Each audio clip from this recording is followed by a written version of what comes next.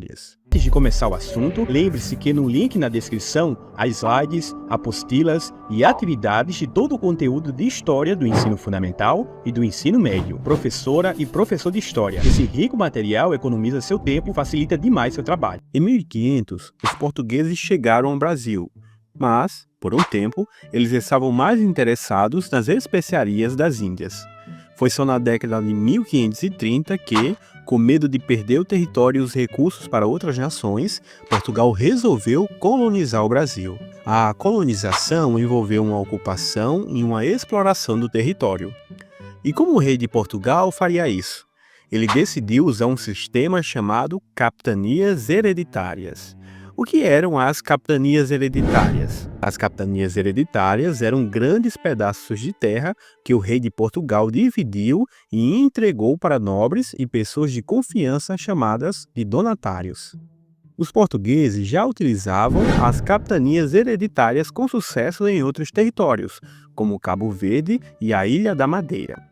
As primeiras capitanias hereditárias do Brasil foram criadas pelo rei Dom João III, de 1534 a 1536. Essas representaram a primeira divisão política da América Lusitana. Existiam 14 capitanias hereditárias, divididas em 15 lotes de terra, de 50 a 100 léguas, aproximadamente de 330 a 660 quilômetros cada. Seus territórios começavam no litoral e terminavam no interior, no meridiano de Tordesilhas. As capitanias hereditárias eram: Primeira Capitania do Maranhão, Segunda Capitania do Maranhão, Ceará, Rio Grande, Itamaracá, Pernambuco, Baía de Todos os Santos, Ilhéus, Porto Seguro, Espírito Santo, São Tomé, São Vicente, Santo Amaro, São Vicente e Santana. Havia um acordo jurídico entre os donatários e o rei de Portugal que era estabelecido em 2 documentos básicos.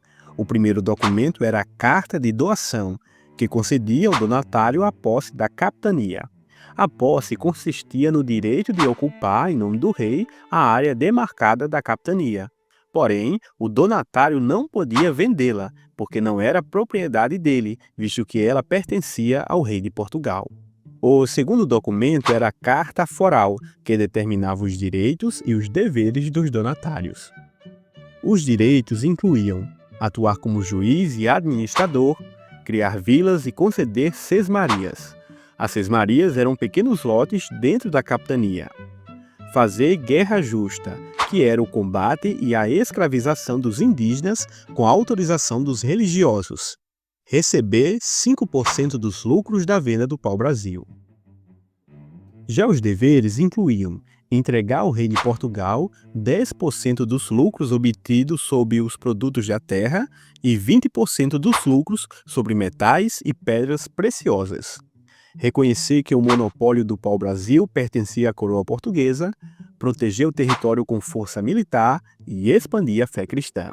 Entre as capitanias que prosperaram com a produção de açúcar estavam Pernambuco e São Vicente. A capitania de Pernambuco tinha como donatário Duarte Coelho, que trouxe técnicas de plantio, incentivou a construção de engenhos e fez alianças importantes. Já a capitania de São Vicente era administrada por Martim Afonso de Souza e foi a primeira a se destacar.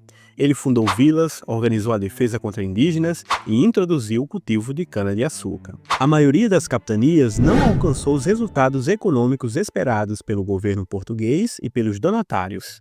Administrar uma capitania envolveu problemas como falta de recursos e experiências dos donatários, dificuldade na comunicação e no transporte e resistência dos povos indígenas. Alguns donatários, inclusive, nem vieram tomar posse das terras. Com o fracasso da maioria das capitanias, o rei percebeu que precisava tomar o controle. Em 1548, criou o Governo Geral, uma forma de centralizar a administração do Brasil. Mesmo com o governo geral, as capitanias hereditárias continuaram existindo, mas com menos poder. Embora o sistema tenha enfrentado muitos problemas, ele foi fundamental para a ocupação inicial no território brasileiro.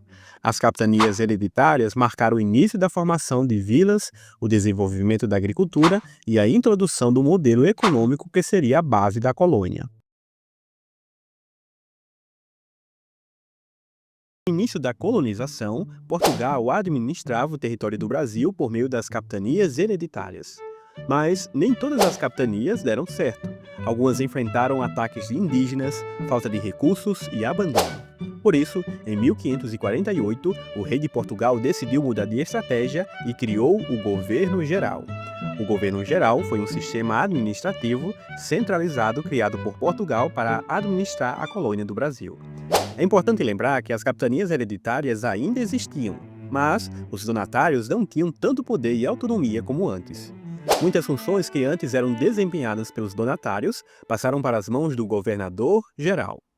O governador-geral devia incentivar a colonização das terras. Para isso, ele concentrava em suas mãos os poderes militar, administrativo, judiciário e eclesiástico.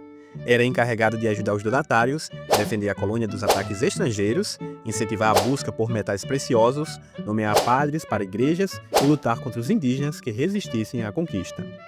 Para exercer suas funções, o governador-geral contava com auxiliares, como o ouvidor-mor, responsável pela justiça, o provedor-mor, que cuidava dos assuntos financeiros, e o capitão-mor, responsável pela defesa da colônia. Os governadores gerais do Brasil e seus funcionários também enfrentavam problemas, como a gigantesca distância e a dificuldade de comunicação entre as capitanias. Em documentos da época, os colonos relataram que era mais fácil receber notícias de Portugal do que de regiões do Brasil. Primeiros governadores gerais. Os primeiros governadores gerais do Brasil foram Tomé de Souza, Duarte da Costa e Mendes Sá. Tomé de Souza governou de 1549 a 1553 e veio para o Brasil com mais de 1.000 pessoas, incluindo os altos funcionários e os primeiros jesuítas, que eram chefiados pelo padre Manuel da Nóbrega, que tinham como um dos objetivos a conversão dos nativos ao cristianismo. O governo de Tomé de Souza incentivou a produção açucareira e a pecuária. Ele também fundou a cidade de Salvador, que se tornou a primeira capital do Brasil. Salvador só deixou de ser capital colonial em 1763 e continua a ser uma das mais importantes cidades do país até os nossos dias. Duarte da Costa governou de 1553 a 1558 e veio acompanhado de colonos jesuítas. Um desses jesuítas foi o padre José de Anchieta, que participou da fundação do Colégio de São Paulo em 1554.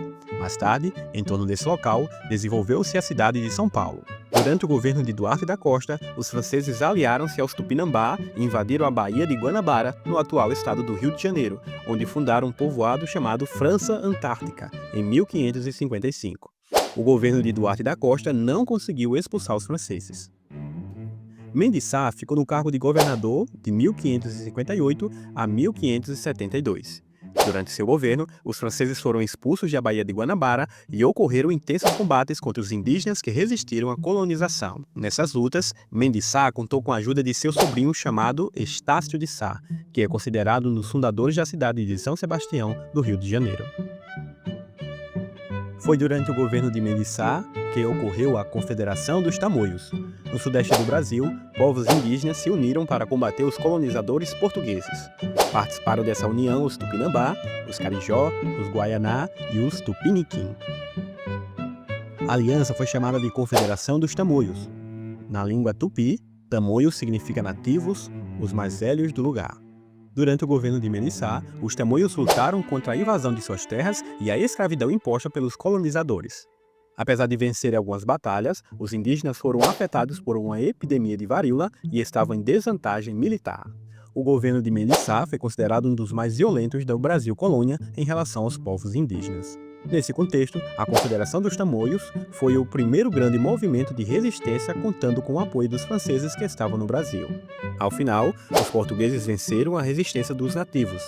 Calcula-se que essa rebelião terminou com cerca de 2.000 indígenas mortos e 4.000 escravizados. O quarto governador-geral, nomeado em 1570, não chegou a desembarcar na colônia, pois foi atacado por piratas franceses em alto mar. Mendes Sá permaneceu no cargo por mais 2 anos, até falecer em 1572 aos 74 anos. A metrópole, então, decidiu dividir a administração da colônia entre 2 governadores, Dom Luís de Brito, em Salvador, e Dom Antônio Salema, no Rio de Janeiro. Entretanto, em 1578, insatisfeito com os resultados práticos da experiência, o rei de Portugal decidiu voltar atrás e estabeleceu novamente um único centro administrativo do Brasil, com sede em Salvador. O governo geral não funcionava sozinho. Existiam poderes nas localidades formados pelas câmaras municipais. As câmaras municipais eram importantes órgãos do governo de vilas e cidades do Brasil colônia. A primeira delas foi instalada na vila de São Vicente. As atuais câmaras municipais têm como principal função elaborar as leis do município e fiscalizar as atividades do prefeito. Já no período colonial, as câmaras municipais tinham funções mais amplas, como cuidar da defesa militar, dos transportes, da limpeza, da cobrança dos impostos e do cumprimento das leis.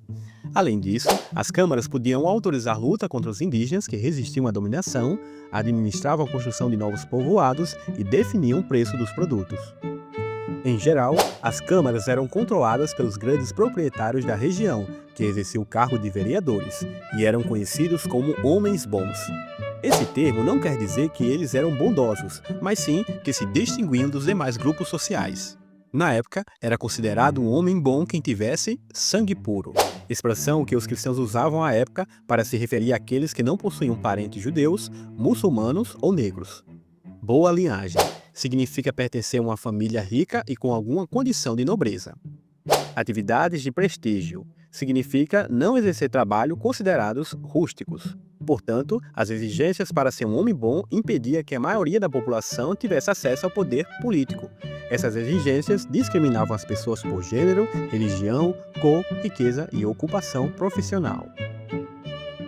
Lembre-se que no link na descrição há slides, apostilas e atividades de todo o conteúdo de História do ensino fundamental e do ensino médio. Professora e professor de História. Esse rico material economiza seu tempo e facilita demais seu trabalho.